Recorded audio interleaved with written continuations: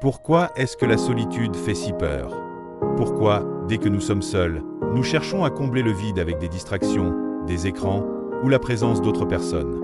La solitude est l'un des plus grands cauchemars de notre époque. Mais pour les stoïciens, elle n'est pas un problème. Au contraire, elle est une opportunité de grandir, de se libérer et de découvrir une réelle indépendance intérieure. Aujourd'hui, tu vas découvrir pourquoi nous avons peur d'être seuls, ce que les stoïciens enseignaient sur la solitude, et comment transformer l'isolement en une source de paix et de force. Pourquoi avons-nous peur de la solitude? La solitude fait peur parce qu'elle nous confronte à nous-mêmes. Sans distraction, sans validation des autres, sans bruit extérieur, il ne reste plus que nous, avec nos pensées.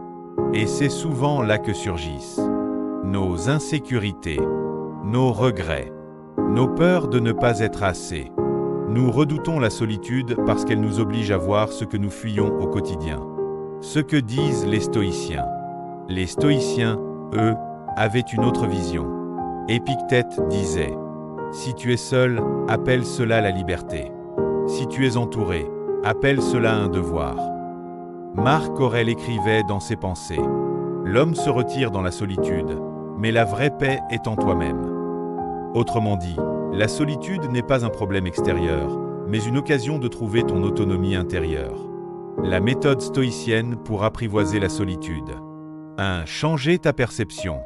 La solitude n'est pas une punition. C'est un espace. Un temps que la vie te donne pour te construire. Tu peux la voir comme une prison ou comme une retraite intérieure. 2. Se rappeler que tu n'as besoin de personne pour être heureux.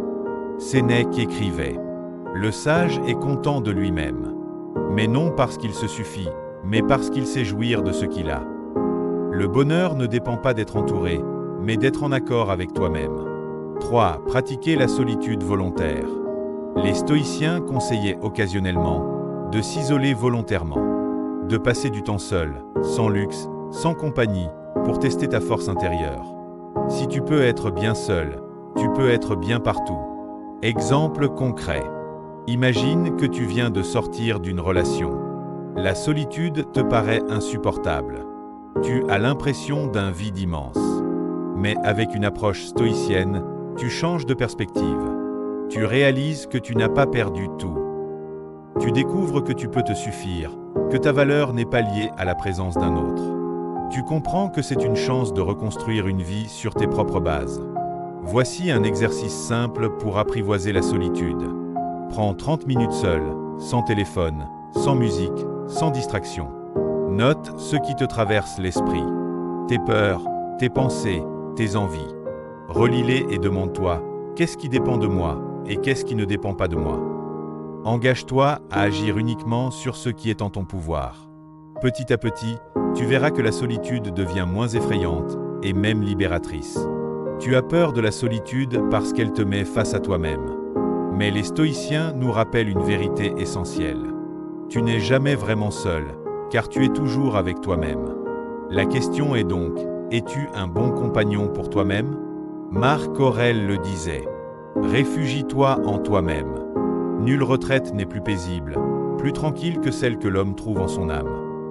Alors, au lieu de fuir la solitude, apprends à l'aimer. Car c'est dans ce silence que naît la vraie liberté. Et toi, comment vis-tu la solitude? Est-ce une peur ou une force? Partage ton expérience en commentaire.